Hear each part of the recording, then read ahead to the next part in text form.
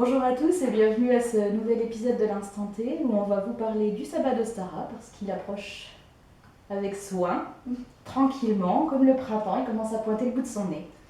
Alors ce sabbat, c'est le sabbat de l'équinoxe de printemps. Il a pour principe de changer de date tous les ans. Et cette année, il tombe le 20 mars à 4h49. Donc pour les leftards, il faudra faire un petit effort. Mais bon, voilà. C'est qu'une fois par an, on peut peut-être s'y attaquer. D'autant que ce sabbat-là, il vaut vraiment la peine. Voilà. On y tient particulièrement. Je te laisse nous raconter son histoire. Oui. Alors déjà, c'est un sabbat extrêmement solaire, puisque on y célèbre principalement le fait que pour Ostara, en fait, cet événement astronomique signifie que le jour va durer aussi longtemps que la nuit, et que donc à partir de cette date, les jours vont aller grandissant sur la phase sombre. Donc voilà, on attaque vraiment la phase lumineuse, on y fête de nombreuses choses, notamment le retour de la vie, de tout ça. Et on va y célébrer quelques divinités. Des divinités féminines, pour une fois, malgré le fait que ce soit un sabbat très lumineux, plutôt solaire. On va y fêter aussi l'Est. Je vous explique tout de suite pourquoi. Donc, en faisant des petites recherches, on se rend compte qu'effectivement, il y a beaucoup de divinités en fait, qui sont célébrées durant ce sabbat. Vous avez Éostre, vous avez Gaïa, vous avez Déméter, Perséphone, la déesse mère, bien évidemment, la déesse Ostara chez les Allemands et la déesse anglo-saxonne Éostre. Donc techniquement, Adélaïna vous racontera une petite histoire sur elle tout à l'heure. C'est elle en fait qui va présider au printemps qui est cette fois-ci bien présent. Puisque les primevères sont écloses, le retour à la vie vient, les oiseaux commencent à nicher petit à petit. Donc toutes ces divinités ont un point commun, c'est qu'elles puisent leur origine dans le culte de Osos. Osos est une divinité féminine proto-indo-européenne. Alors proto-indo-européenne, c'est très ancien, bien avant les cultes assyro-babyloniens, donc pour vous dire, même les cultes sumériens, ça doit dater à peu près de l'époque des cultes sumériens. Et donc cette divinité signifie est et doré. Donc Osos est à l'origine des mythes d'Éostrée, Ostara, etc. Et ils ont tous, dans leur étymologie, le point cardinal est. Donc c'est un élément assez important en fait de ce sabbat, de faire des choses qui sont en rapport avec la célébration de cet élément et de cette ascension solaire. Donc on va voir maintenant un petit peu quelles sont les énergies qui président à cette saison. Je laisse Adélaïna commencer. Pour les énergies, c'est vraiment les énergies printanières. Il est bientôt temps de se bouger. Effectivement, le soleil revient, donc maintenant on peut passer à l'action. On a fini d'hiberner, ça y est, les affaires reprennent. Concrètement, c'est ça. Le printemps, c'est la saison des amours. Chez les animaux, c'est souvent lié à tout ça, mais c'est vraiment le retour de l'énergie. Quand le soleil revient, on a envie de bouger, on a envie de sortir, on a envie de faire plein de choses, alors que l'hiver, on reste chez soi à attendre que ça se fasse. C'est ça. Concrètement, c'est ça. Et pour les énergies, c'est ça. Concrètement, il faut bouger. Voilà. Les énergies, ça va être aussi effectivement célébrer la vie qui est grouillante. Voilà. Contrairement à Samhain, en fait, Ostara est vraiment comme un miroir de Samhain. C'est-à-dire qu'à Samhain, on reste chez soi, on se raconte des histoires au coin du feu, on bouge peu, on est plus dans l'immobilisme. Ostara, ça va être vraiment l'activité grouillante, c'est la vie qui s'exalte. Donc là, on n'honore pas les morts, on honore les vivants. On sort à Samhain, on fait un retour sur le passé, à Ostara, on va de l'avant. À Samhain, on est plus dans la passivité, dans l'introspection. À Ostara, on est dans l'action et l'interaction avec les autres. C'est là où on met en place tous les projets concrètement. Cette fois-ci, on y est. On n'en est plus à faire les bénédictions qu'on a fait au précédent sabbat. On est en train de concrétiser, de réaliser. Voilà, c'est tout ça les énergies d'Ostara. Je sais que c'est même une continuité d'Imbolc, parce qu'on dit qu'à Imbolc, on bénit les graines, etc. Là, c'est le moment ou jamais de les planter. Le printemps revient, le soleil va pouvoir veiller dessus, les aider à pousser, les aider à croître, les aider... Et même chose pour les projets, en fait. C'est le moment ou jamais de les faire pousser aussi. Oui, voilà. Bon, c'est pas évident de faire pousser des projets dans son jardin. Il y a d'autres méthodes. Je vous le conseille, mais voilà. Si vous pouvez mettre en action voilà, les choses que vous avez de côté, laissées de côté ces derniers mois, c'est le moment ou jamais. Ostara est aussi, possède aussi une pleine lune assez particulière qui est la lune du lièvre. Donc en Chine, on croit que la lune est habitée par une divinité. Alors de souvenir, ça doit être Chen Mei. Je vous remettrai ça dans la description ou quelque part pour reconfirmer. Et elle est accompagnée en fait d'un lièvre qui vit avec elle sur la lune et qui prépare une potion d'immortalité. Parce qu'effectivement, Ostara, donc, c'est la renaissance, comme le phénix, c'est le renouveau et donc l'engeance des graines, les graines qu'on fait pousser deviennent en fait une forme de représentation symbolique de l'immortalité. Donc c'est vraiment cette pleine lune l'occasion de transmettre les savoirs. Ça va être aussi par rapport à ce côté renaissance, faire les rituels de dédicace, présenter ses enfants aux divinités anciennes pour dire voilà bonjour, j'ai mon petit, je vous le présente en espérant que vous accepterez de le mettre sous votre bénédiction, sous votre protection. Donc voilà, c'est vraiment c'est cette continuité de la vie qui va être célébrée à travers tous ces rituels qu'on peut faire dans cette période, mais surtout lors de cette lune du lièvre.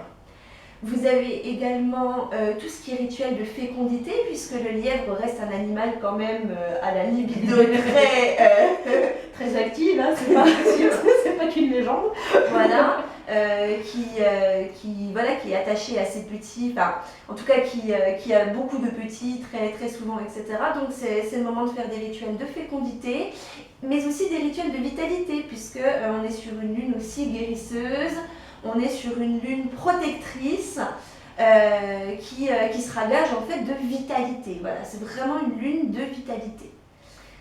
Si jamais aussi, moi je suis pas passée par là, mais c'est vrai que je suis pas un exemple, les baptêmes sorciers.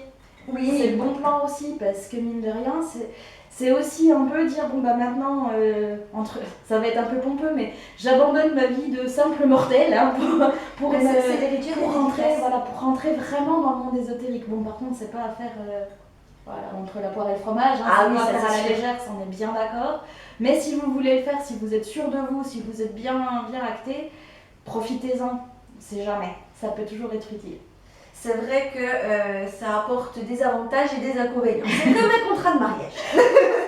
C'est ça. Donc effectivement, oui, c'est vraiment la bonne période. D'ailleurs, on le voit bien, hein, les gens ils font les baptêmes à cette saison, ils font les mariages à cette saison, ils font tout un tas de choses comme ça, d'engagement. C'est ça. Lors de cette période. L'engagement, c'est aussi quelque chose d'important cette saison-ci et c'est le moment jamais d'en profiter. Et c'est pareil dans le monde ésotérique. Donc voilà, invitation faite. À bon entendeur. Donc au niveau des symboles, on va y retrouver le phénix pour la renaissance, on va y trouver aussi le lièvre, effectivement, les lapins, toutes ces choses-là pour cette histoire de fécondité. Alors petite anecdote sur le lièvre quand même, parce que mine de rien, dans la légende comme ça, on sait que le lièvre pond des œufs dans le jardin. C'est pas banal pour un lapin. C'est vrai. J'ai peut-être loupé des cours de bio, mais bon, moi dans ce que j'avais appris, le lièvre pond pas d'œufs. Et en fait, si. Pourquoi ? Parce que Éostre s'en est mêlé, figurez-vous. Figurez-vous que c'est une histoire que j'ai lue dans ce petit livre-là, et je l'ai trouvée magnifique. On dit que Éostre est tombé sur un petit oiseau tout mal en point, prêt à mourir, etc., que ça lui a brisé son petit cœur, et qu'elle a dit, qu'à cela ne tienne, je veux pas devoir mourir, je vais te sauver la vie. Et pour lui sauver la vie, elle l'a transformé en lièvre. Sauf que comme elle était atteinte au niveau de son petit cœur et que les émotions ont pris le dessus, elle n'a pas réussi à le métamorphoser intégralement. Donc il a continué à pondre des œufs. Et on dit aussi que du coup, le lapin, pour la remercier, à décorer ses œufs pour lui offrir à elle.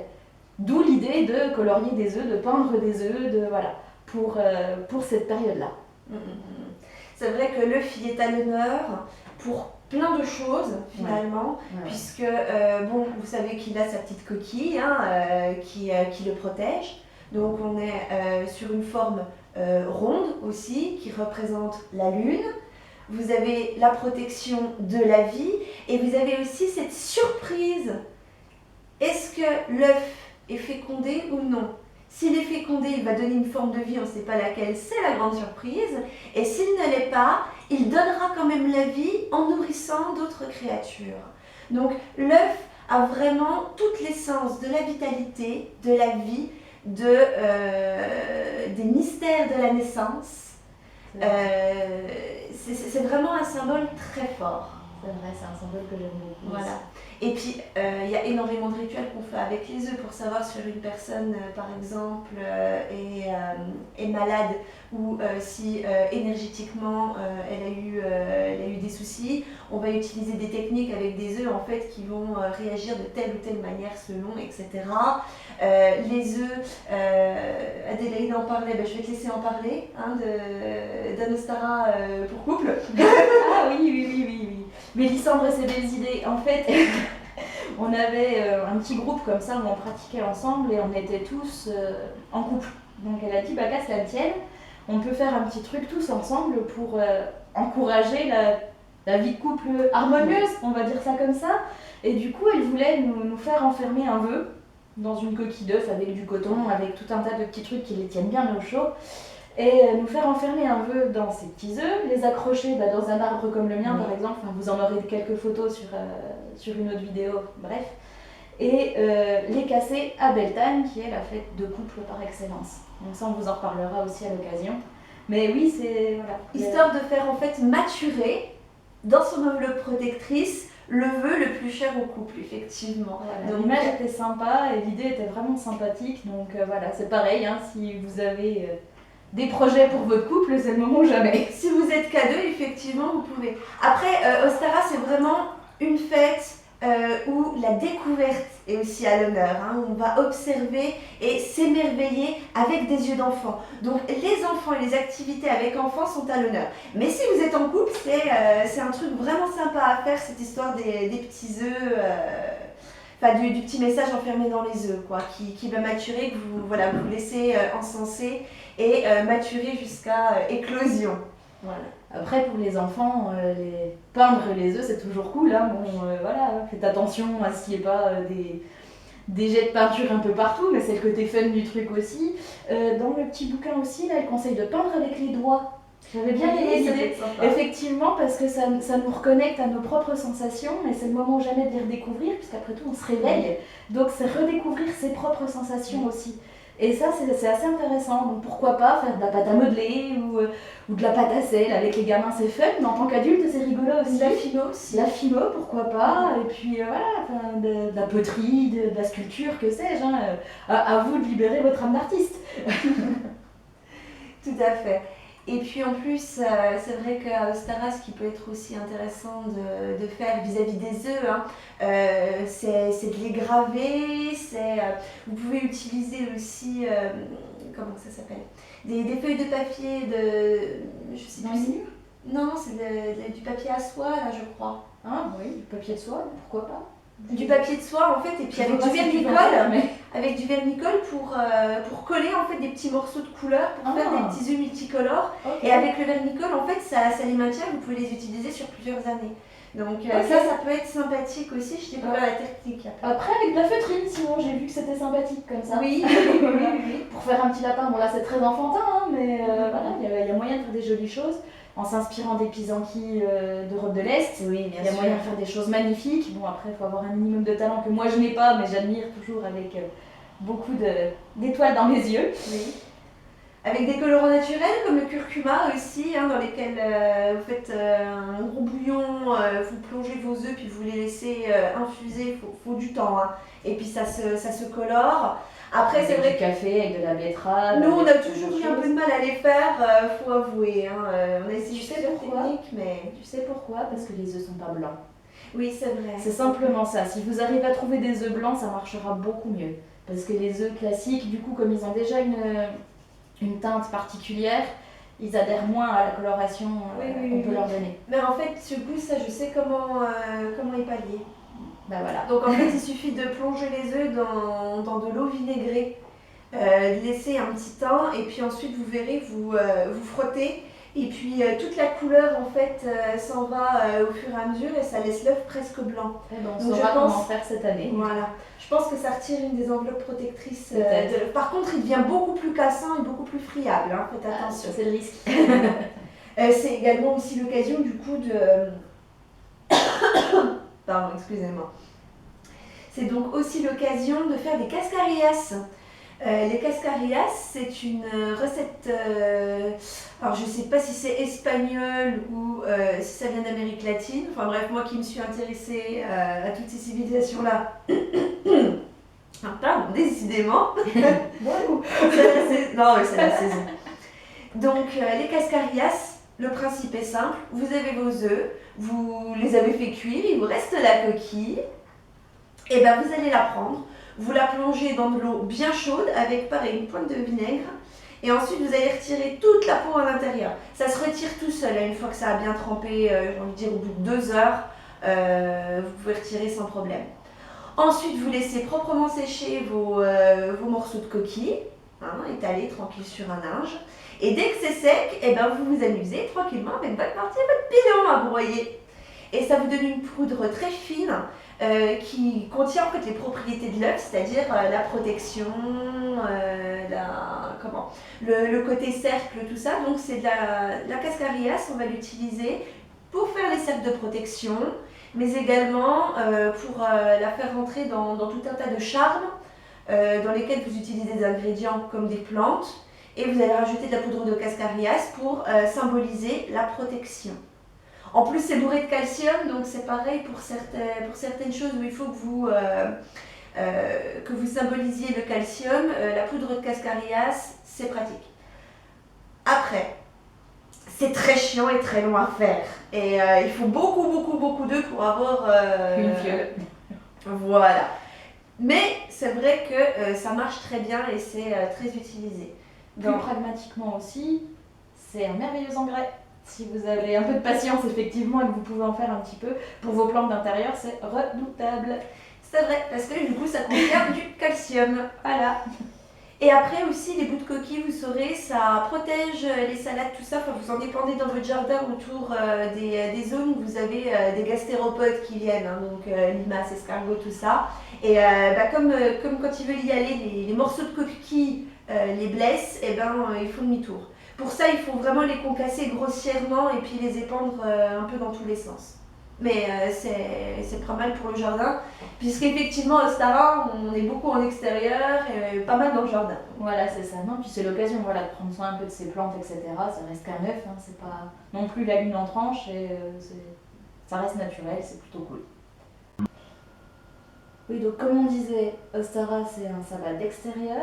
Moi j'aime bien me lever tôt, que l'équinoxe soit à 5h du mat ou pas. En général, je me lève très tôt ce jour-là parce que je vais aller cueillir des fleurs, je vais aller me balader dans la nature.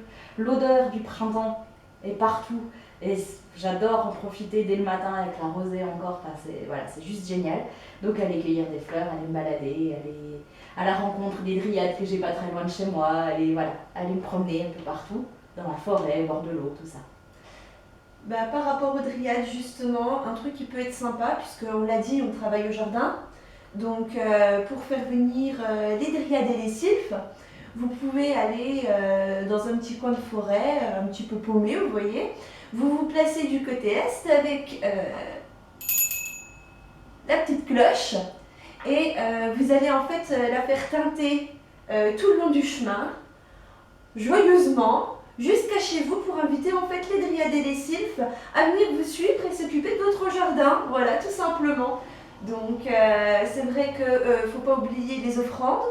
Oui, ça effectivement, on n'invite pas quelqu'un sans avoir quelque chose pour le recevoir. Voilà. Mais ça peut vous donner un petit coup de pouce au jardin, apprendre à faire connaissance avec elle si vous ne connaissez pas. Ça peut être vraiment une rencontre sympa puisque c'est l'exploration et la découverte aussi au Stara, les nouvelles rencontres. ça. Donc pour les offrandes, on parlait justement d'aller cueillir des plantes, donc vous pouvez faire des petites couronnes de pâquerettes, hein, avec les enfants en plus, ils adorent ça, et les sylphes et les dryades, voilà, Adorent ça aussi. ils aiment bien les enfants généralement. Donc vous pouvez offrir aux dryades des couronnes de pâquerettes, hein, à déposer au pied d'un jeune plant d'arbre ou des jeunes plants que vous avez dans votre jardin. Et puis ça vient de chez Adélaïna. Oui. Vous pouvez... Ah, il veut pas. T'es plus têtu. Vous pouvez accrocher ceci dans votre jardin, dans un arbre par exemple, pour faire plaisir en fait en offrande aux sylphes. Voilà, quelque chose de très aérien toujours dans lequel ils pourront aller s'amuser et se perdre joyeusement. Ils adorent ça. Ouais. Ils adorent ça. Ouais. Donc il y a ça, vous pouvez mettre des carillons, enfin voilà, vous avez vraiment plein de possibilités à ce niveau-là. Et puis, désolée, c'est un petit peu dur, c'est du chêne, alors c'est tout de suite très dur. Il y avait un petit truc qui est tombé, bon, je le ramasserai plus tard.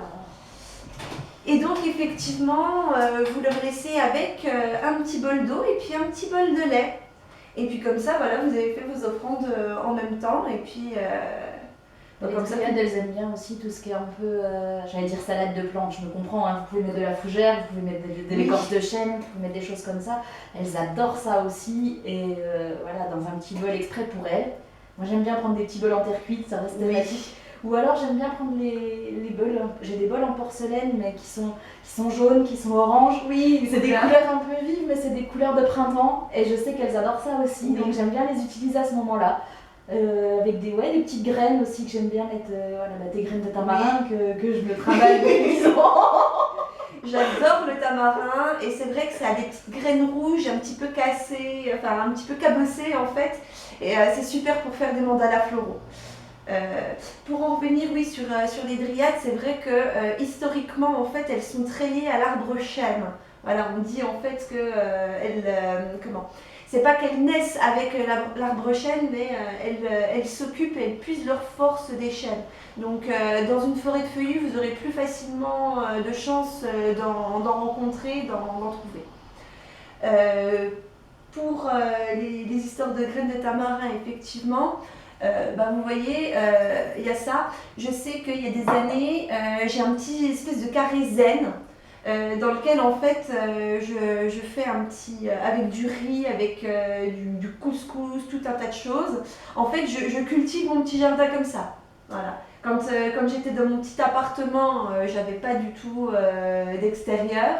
Donc c'est vrai que je m'amusais voilà, à cultiver mon jardin. Bon, avec du riz cru et ça pousse tout de suite moins bien dans un jardin zen, mais l'idée y est, il n'y a pas de souci. Mais avec les graines, on reste quand même dans la thématique. Et sinon, simplement, comme tu disais, les mandalas, moi je sais que j'aime bien avec, là, vous verrez dans les photos de ma déco, j'ai un bol où j'ai mis des graines de fenouil, des noyaux de cerise et un petit peu de riz. Et du coup, les couleurs sont assez pâles, assez timides en fait, parce que ça fait vraiment bois brut du noyau de cerise, le vert très très clair du fenouil que j'adore à cette saison, et le blanc du riz, donc ça fait très pâle, très timide. Mais dans un bol comme ça, je sais que les dryades, dès que j'ai fini de le remplir, les dryades, elles ont levé un œil comme ça, ah tiens, on va pouvoir venir là-bas. Voilà, elles le savent, elles savent qu'elles sont les bienvenues chez moi en permanence, mais quand il y a des petits trucs comme ça, ah tiens, on va pouvoir passer prendre le goûter. Voilà. C'est vrai qu'on sent quand elles ont leur petit, c'est ça. Elles ont leur petit coup d'œil. Voilà, c'est ça, c'est assez sympa, mais bon, c'est vrai que si vous pouvez entretenir de bonnes relations avec des élémentaux comme ça, c'est juste un bonheur, parce que si on est cool avec eux, ils sont cool avec nous, quoi. Et c'est toujours une puissance intéressante, c'est toujours une relation amicale intéressante parce qu'elles ont un tempérament assez amical, vraiment de base. Et voilà, c'est franchement de la petite rencontre entre amis à ce moment-là que j'adore. Voilà. Oui, non mais c'est vrai. Et puis oui, du coup, sur les mandalas, c'est pareil, ça peut être une activité avec les enfants. Donc des graines, des fleurs. Pourquoi pas des lames de tarot aussi qui représentent des couleurs assez pastel finalement pour la saison. Et puis oui, faire un petit mandala sur lequel vous allez méditer, prendre la photo aussi parce que ça fera un joli souvenir avec les enfants. Et puis oui, les initier en douceur sur la créativité, la concentration, la patience pour le mandala, c'est génial. Et la notion d'éphémérité aussi. Oui. Le mandala dans la tradition, c'était justement fait avec du sable, avec tout ça, pour qu'on prenne le temps de le faire et qu'on nous dise finalement ça a servi à rien, regarde, parce que le vent l'emmène. Mais c'est une façon de nous dire, bon ben voilà, tu prends le temps de te poser sur quelque chose et si tu laisses pas ton empreinte sur la terre, c'est pas grave. Voilà, tu ne fais que passer, mais c'est pas grave. Et ça c'est important aussi, moi je trouve. Oui, mais après c'est vrai que ça apprend aussi, surtout en art opératoire, le lâcher prise, vous savez. Généralement, quand on fait un rituel, on va se concentrer, on va concentrer les énergies, on va prendre tout un tas d'objets en fait qui vont nous aider à nous concentrer davantage et à en emmagasiner encore plus. On garde, on trace le cercle, on est dans le cercle, et là, paf, on lâche tout, on libère. Sauf que généralement, quand on a fini notre rituel, tout ça, on est là, on pense, on ressasse. Et ressasser, c'est retenir l'énergie. Donc, il faut apprendre à la lâcher. Et donc, ce genre de travail, effectivement, qui est éphémère, est vraiment très important. Et ça apprend aussi que, finalement, qu'importe la destination, l'important, c'est le voyage. C'est le cheminement que vous avez fait pour le créer. Et il n'est pas nécessaire d'en garder une trace, il n'est pas nécessaire, en fait, qu'il reste. Voilà. Donc, sur toutes ces choses-là, c'est vrai que le mandala, c'est quelque chose de vraiment très intéressant pour la pratique. Après, vous pouvez aussi simplement en imprimer d'internet et puis les colorier. Hein. C'est aussi une façon de travailler avec les couleurs justement printanières, etc. C'est intéressant aussi. Moi, je sais que j'aime bien faire du coloriage. Ça permet aussi de poser la concentration, etc. C'est assez intéressant. Et puis voilà, dans les activités que j'aime faire aussi à ce moment-là, j'aime bien aussi apprendre systématiquement un petit truc de nouveau. Alors ce sera peut-être pas grand-chose, hein. Je ferai deux trucs de couture, je suis toujours pas manuelle, donc effectivement le simple fait de me faire un peu de couture, ça tient déjà du miracle. Mais elle dit ça, mais cette année elle s'est surpassée sur les décos de Stara. Ah, je me suis amusée, j'ai fait de l'origami, vous verrez, j'ai fait des petits papillons en origami. Bon, le premier il a un peu gueule de travers, mais bon. Les autres sont un peu mieux, je sais pas si je les ai trop pris en gros plan, ma foi, ceux qui ont la patience, pourquoi pas. Non, c'est sympa, l'origami c'est pareil, c'est un peu le même état d'esprit que le mandala. Et puis là, du coup, ça permet de travailler les couleurs encore une fois, et puis la forme du papillon, j'aime bien. Alors en sachant que du coup, vous les retrouverez dans la visualisation de Stara, parce qu'on fait la visualisation de Stara. C'est ma préférée, je crois que c'est vraiment ma préférée celle-là. Oui. Mais il faut dire aussi qu'elle est conçue dans les énergies, donc énergisante, galvanisante, vraiment. Pas qu'un peu. Faites attention, pas qu'un peu. Chacun ses goûts, vous verrez, on vous laissera juge. Vous nous redirez, je suis très curieuse. Voilà, si vous la faites, n'hésitez pas à commenter, je suis vraiment très curieuse. Donc pareil, on en parlait pour les cils, donc je vous montrerai l'attrape-rêve. C'est peut-être éventuellement l'occasion d'en créer un. Ou de créer un mobile, vous savez, avec des vieux bouts de CD que vous découpez en morceaux et puis vous attachez avec du fil de pêche. Voilà, c'est l'occasion de faire des activités créatives comme ça, dans laquelle vous pourrez intégrer les petites mains de vos enfants, vous voyez, qui pourront vous aider dans toutes ces tâches-là. Et puis c'est l'occasion de leur apprendre 2-3 choses sur votre univers pour ceux qui voudraient partager leur amour pour ce domaine. C'est vrai que j'ai hâte de voir mon neveu l'opération, parce que petite Éline est encore trop petite. Elle a même pas 1 an, donc elle est encore trop petite, mais mon neveu de 10 ans, à chaque fois il est en demande, il me voit me tramaler avec mon chaudron pour aller ramasser des fleurs. Oh tata, attends, je viens avec toi, cette fleur-là elle te plaît, puis celle-là, puis machin, puis du coup c'est un vrai bonheur. Et du coup, oui, justement, le chaudron, que j'utilise. La gomme pour Ostara parce que je vais m'en servir comme panier pour aller chercher mes fleurs, mais je vais m'en servir aussi sur mon hôtel. Je vais le blinder d'eau de source.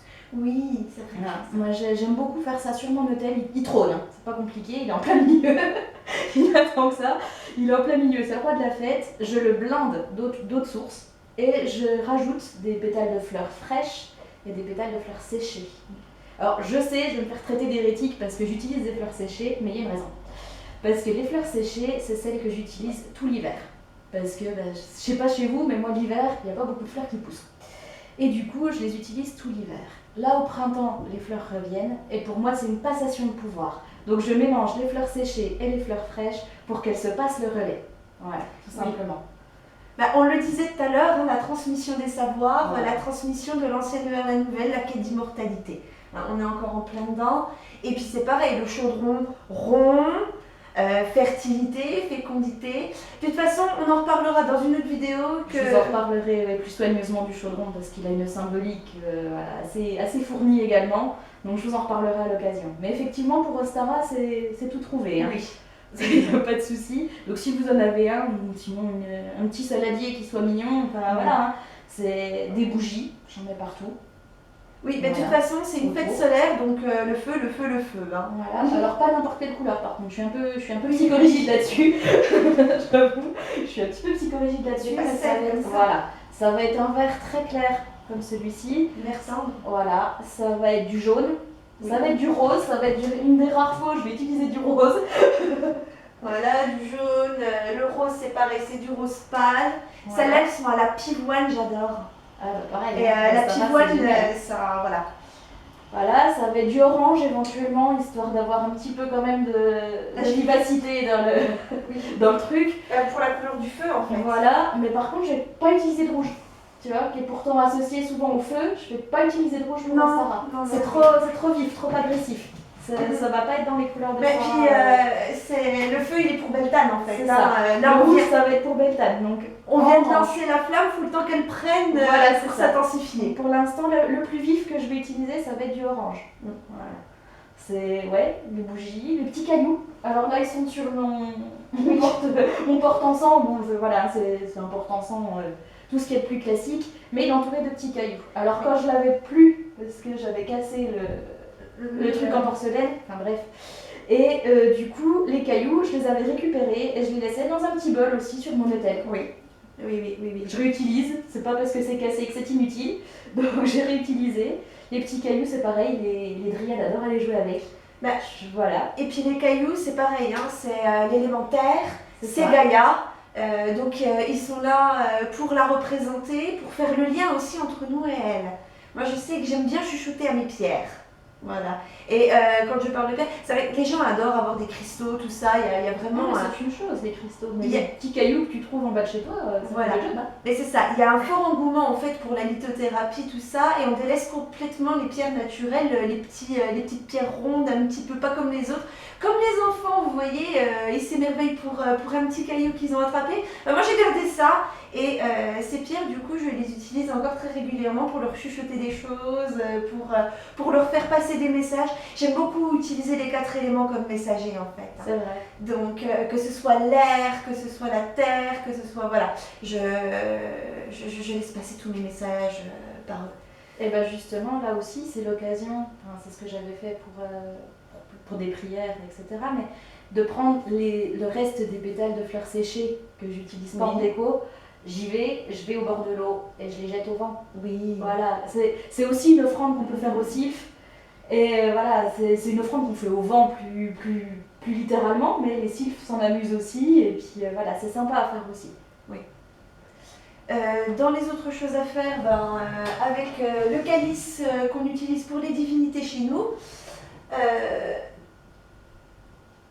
fait par mes petites mains, voilà, qui va servir en fait à mettre du jus de raisin dedans, et puis on va servir en libation à répandre sur la terre, de préférence au pied d'un chêne, pour représenter justement le sang de la terre, la déesse terre, etc.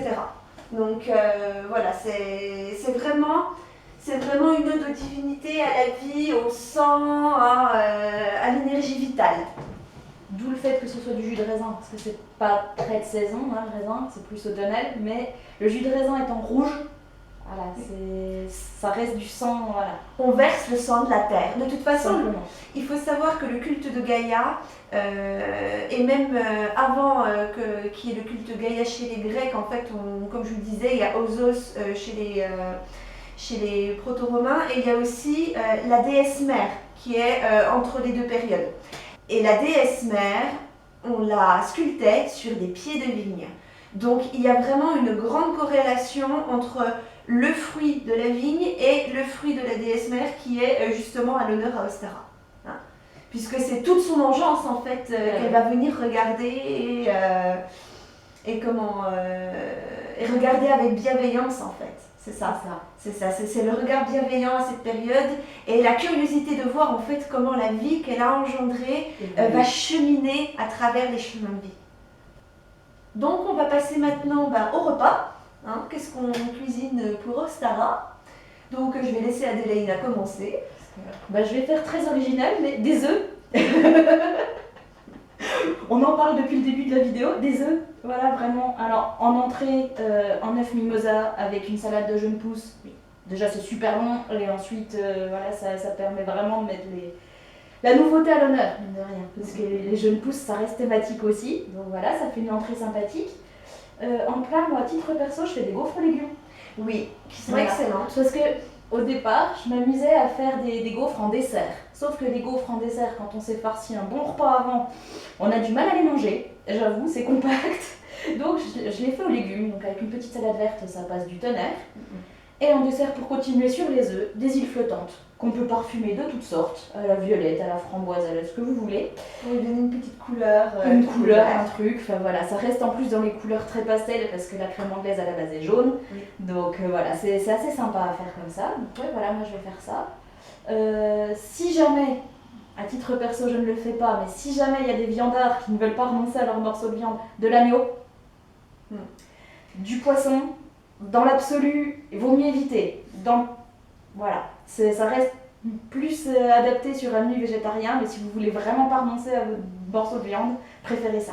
Alors, en sachant qu'effectivement, Ostara, on l'a dit, on célèbre la vie, on célèbre les vivants, donc pas de viande froide à table. Vous voyez, c'est Shrek, non, pas de viande froide à ma table. On l'évite au maximum. La seule chose qui, pour moi, passe, ce sont les œufs. Pourquoi? Parce qu'on l'a dit aussi tout à l'heure, les œufs ne sont pas fécondés. Donc ils sont là pour nourrir la vie, dans le sens pas fécondé, et fécondés, ils sont la vie, donc on n'y touche pas. Donc voilà, les œufs de poule qu'on achète dans le supermarché, on a de la chance, on sait qu'il n'y a pas trop de risques pour qu'ils soient fécondés, et donc ceux-là, on peut les manger. Voilà, c'est vraiment la seule chose. Moi généralement, effectivement, ça va être du pain de graines, que je vais couper en tranches fines, avec un petit chèvre frais, ou un petit fromage frais à tartiner aux herbes, parce que c'est le moment aussi de sortir le persil, la ciboulette, toutes ces petites herbes-là. Et du coup, avec ça, je vais me prendre mon verre de jus de raisin donc pour me nourrir du sang de la terre, et puis faire la libation en même temps. En fait, généralement, quand je fais une libation avec les divinités, c'est comme un contrat si vous préférez. Vous savez, quand on trinque, c'est pour que les deux coupes se mélangent dans leur substance, pour dire voilà, c'est pas empoisonné. Et ben moi je fais pareil, je bois dans la coupe et je verse à la divinité et c'est mon pseudo-contrat avec elle en fait. C'est vraiment comme ça que je fais. Je partage en même temps qu'elle. C'est pour dire voilà, on est vraiment ensemble. Il y a pas ça, c'est une façon de les inviter vraiment à notre table, quoi. Oui. De dire, voyez, vous avez votre truc à vous, mais c'est la même chose que pour nous, donc voilà, vous faites partie de nos invités. Donc effectivement, j'ai tendance vraiment à partager quelque chose de façon intime. Je vais mettre de ma substance pendant que je vais boire et je vais redonner de ma substance et je vais partager la même en retour si vous préférez. Donc c'est vraiment un partage des énergies que je fais à ce moment-là lors de ces libations. Donc voilà, c'est mon verre de jus de raisin, ma tartine, ma salade composée avec les jeunes pousses, alors pareil, épinards, mâches, cressons, le tout un peu mélangé dans l'assiette, un peu d'endive parce que ça commence à être la saison aussi. Et on est parti. 2-3 tomates cœur de pigeon parce que cœur de pigeon, pareil, ça rappelle la vie, la vitalité.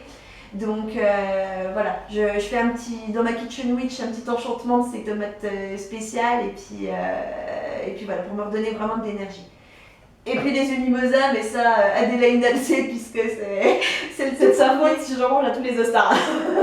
C'est le tout premier qu'on avait fait et j'avais recouvert la table de mousse. Oui. Il y avait de la mousse partout, il y avait des pâquerettes, il y avait des petits crocus, il y avait... En même temps, cette Ostara était juste magique au sens large du terme et au sens propre du terme. Je crois que c'est la première fois que j'ai vu la magie au sens émerveillement du terme dans le monde ésotérique. Parce que voilà, on est allé se balader, alors il fallait nous voir, hein. On avait une touche du tonnerre, on allait chercher des fleurs en plein cœur du quartier, c'était n'importe quoi. Une plutôt grande ville quand même, hein, faut l'avouer. Oui, même si c'est une petite ville, ça reste quand même le quartier, c'est entouré de HLM, voilà. Et on est quand même allé chercher 3 primes verts et 2 croquis, voilà. On a fait avec ce qu'on a trouvé. Elle les a enchantées à sa soupe pour qu'elle reste fraîche. J'ai jamais vu des fleurs coupées tenir aussi longtemps. Il y avait un coquelicot, je me rappellerai tout. Oui. Il a vu toute la journée, j'ai rien compris. Enfin bref, voilà. Donc on avait nos petits cailloux en plus, parce que non content de ramasser des fleurs, on ramassait aussi des cailloux. Je vous dis, on avait un air merveilleux. On est rentré là-dessus dans son petit studio. On est allé, on a commencé à disperser la déco. 2 secondes. Je rigole, elle dit ça parce que j'étais là en train de chanter et puis psalmodier à tue-tête dans la rue pendant tout le trajet, vous savez, fixe, puis elle était là. Ne connais pas, je suis pas d'ici.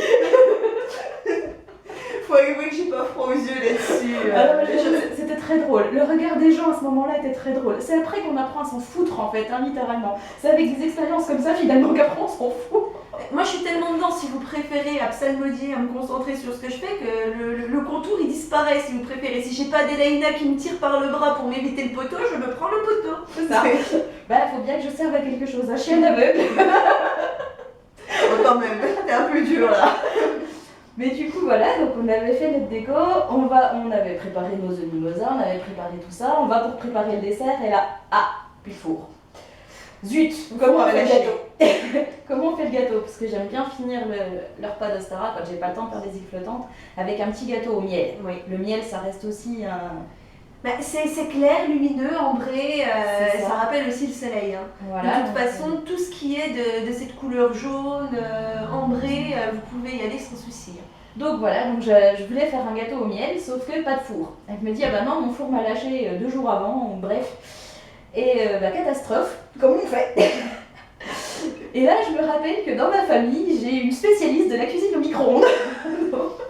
Donc je l'appelle en catastrophe, elle me donne une recette de génoise au miel à faire au micro-ondes. Poudre d'amande, zut, on n'en a pas. On va mettre de la poudre de noisette, c'est pas grave. Il n'y avait même pas 2 parce qu'on les avait tous utilisés pour les œufs mimosa. Non, on en avait sauvé un, heureusement. Mais je crois qu'il en fallait 3 ou il y avait... Bref, enfin, il y avait pas une catastrophe. On s'est débrouillé comme une appui. Bon, cette génoise était excellente, mais je sais même pas comment ça pouvait être bon avec le peu d'ingrédients qu'il y avait dedans. Je pense que les élémentaux qu'on avait invités à ce moment-là nous ont un petit peu filé la main quand même. Faut pas exagérer non plus. On est magicienne, mais les miracles, c'est comme pas de notre sort. Donc voilà, donc on avait fini ça et on avait terminé sur la visualisation et c'est exactement pour ça que j'ai vraiment cet affect pour Ostara. Voilà, il faut savoir que moi, donc cette Ostara, c'était mon premier sabbat, j'y connaissais pas grand chose. C'est Bélissandre qui me dit, attends, viens voir, c'est une célébration qui est géniale, je vais te montrer. Donc je l'ai suivie pour aller cueillir ses fleurs, je l'ai suivie pour aller ramasser ses petits cailloux, moi bonne pomme, y a pas de souci, je la suis. Et on continue sur les grands délires, elle me dit, bon bah j'ai enregistré un truc, tu vas voir, c'est génial. Elle me dit, assieds-toi en tailleur, donne-moi les mains. Bon, je m'assois, je m'exécute, tout bien, je lui donne les mains, elle me dit, ferme les yeux. Ok, très bien. Et là, elle commence à diffuser donc sa vision. Et là, on commence à sentir des frissons qui partent, qui reviennent, qui recirculent, qui remachent. Et impressionnant. Et d'un seul coup, ça monte, ça monte, ça monte. Et là, vroom, un fracas, mais un tremblement de terre, littéral. Oui. Littéral.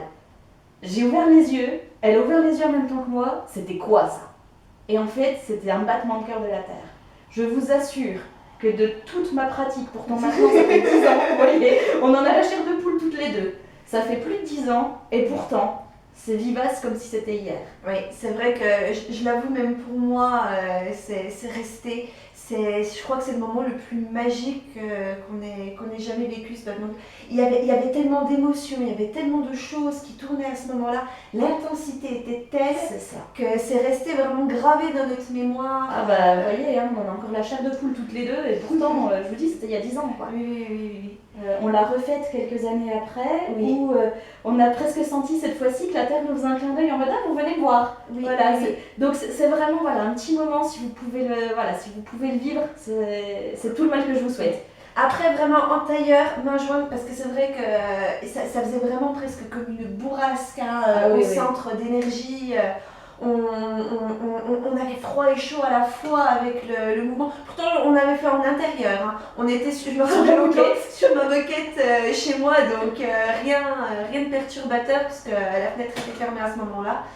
Et c'est vrai que voilà, on sentait petit à petit comme une tornade qui prenait naissance au sol et puis qui remontait jusqu'à ce que poum, vraiment mais une puissance à décrire, mais je pourrais même pas atteindre le 10e du ressenti que ça nous a donné. À décrire, c'est presque impossible, mais c'était vraiment la magie avec le L majuscule, quoi. Oui. Vraiment. Donc c'est tout le mal que je vous souhaite de le ressentir un jour, parce que c'est vraiment merveilleux, quoi. Non, c'est vrai que voilà, donc n'hésitez pas à faire, pendant cette période, effectivement, pour Ostara, hein, quelque chose qui permette de vous connecter à la Terre vraiment en profondeur, et que ce soit par la méditation, que ce soit par de la danse aussi. Parce que moi, je sais que je faisais mes cercles de runes, hein, je l'ai dit dans une précédente vidéo, je fais mes cercles de runes, je danse dedans sans me préoccuper de savoir si je danse bien ou mal. Je danse comme un pied, tout comme je chante comme un pied, et c'est pas grave, je m'en fiche, je m'en contrefiche. Parce que l'important, c'est la transe dans laquelle je vais me mettre, l'état d'esprit qui va me permettre de connecter, de ressentir ce qui est autour. Vous savez, comme si d'un seul coup, en fait, j'activais un radar. Et là, tous les déplacements d'énergie, tout ce qui se passe, je suis connectée et je sais ce qui se passe. Et c'est vrai qu'avec cette visualisation, c'est aussi ce qui s'est passé. Sauf que là, c'était même plus grand que ce qui était autour de nous. C'était vraiment au fond, voilà, dans un plan profond, lointain, qui est pas facile d'accès en plus. Hein. Bah, je sais pas si je serais capable d'y retourner en fait. On n'a jamais réussi en fait, hein, puisque mais effectivement, on l'a bien fait 5-10 fois, mais c'est vrai que c'était ce jour-là, ces énergies particulières, ce moment précis. Donc il faut savoir que quand il pleut, cette visuelle est pas géniale. Non. S'il pleut et que vous voulez la faire, évitez. Remettez-la le lendemain, c'est pas grave, mais voilà. Oui, ou un peu plus tôt. Il faut la faire, de toute façon, c'est ce qu'on disait entre nous. Un sabbat, c'est vraiment quand vous sentez que c'est le moment. C'est ça. Que les énergies, elles sont là, que vous êtes en accord avec elles. Faut pas hésiter. Après, ça ne vous empêche pas, pour des dates comme Ostara qui sont vraiment très, très précises, de faire un petit quelque chose pour marquer ce moment-là. Mais c'est vrai qu'il est important pour tout ce qui est rituel, connexion, etc., de le faire à un moment où vous le sentez, quoi, où vous voyez que ça va matcher. C'est ça. Vraiment. C'est ça. C'est le moment où il faut faire un petit peu attention à ce que vous dit votre instinct. Voilà. C'est le moment jamais de l'écouter. Voilà. Et ben je pense que ce sera tout pour cette vidéo sur Ostara. Ouais. Peut-être un petit peu plus courte que les autres, mais beaucoup plus intense pour nous. C'est vraiment un sabbat tout particulier, donc on vous souhaite de bien en profiter, hein, vraiment. Festoyez, célébrez la vie, amusez-vous, prenez du plaisir, c'est le plus important pour celui-là. Éclatez-vous, c'est vraiment le moment, quoi.